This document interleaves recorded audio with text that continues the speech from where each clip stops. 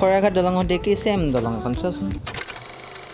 Hello' ৰাইজ, মোৰ অন্যতম মিনি ব্লগলৈ স্বাগতম। ইমান দিন ভিডিঅ' চিডিঅ' দিব পৰাই নাই, আজিৰ পৰা দিম বুলি আশাটো কৰিছোঁ, কি হয় আৰু। তো ৰাইজ, আজি মানে বজাৰ যাম ওচৰৰ দাদা এজনৰ লগত, মানে সিহঁতৰ বজাৰত দোকান দিয়ে যে, মোকো মানে লগ ধৰিলে। মইনো ঘৰত কি কৰি থাকিম, ময়ো আহি গ'লো। ৰাইজ, ৰাতিপুৱা 4টা বজাতে আহিব লগা হৈছে। এনে ৰাইজ 8টা বজালৈ শুই থাকোঁ, কিন্তু এতিয়া 4টা বজাতে আহিব লগা হয়। তাৰপিছত ৰাইজ ধুনীয়াকৈ আহি গ'লো। আহি ৰাইজ ধুনীয়াকৈ শৰাইঘাট দলং পাই গ'লোহি। এনে কৈছোঁ দেই ৰাইজ, একেইহে। শৰাইঘাট দলং নহয় আকৌ। আহি আমি হাইৱে পাই গ'লো। কিছু দূৰ গৈ আমি বজাৰ পাই গ'লো। ৰাইজ, আমি আহালৈ বজাৰত বেপাৰী আহাই নাই। মানে ৰাইজ সোনকালে আহিছো যে, সেইকাৰণে ধুনীয়াকৈ গাড়ীখনো বেক কৰি লৈ ধুনীয়াকৈ জেগাত লগাই দিছে।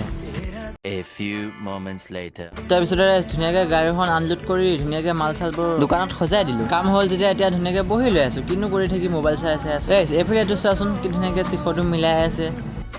A few moments later. ৰাইজ বজাৰ চজাৰ সামৰি কৰি অহালৈকে ৰাতি 10টা বাজিলে। এতিয়া ধুনীয়াকৈ আহি আছোঁ। আজিলৈ বাই, নেক্সট ভিডিঅ'ত আকৌ লগ পাম। লাইক কমেণ্ট কৰি দিবা।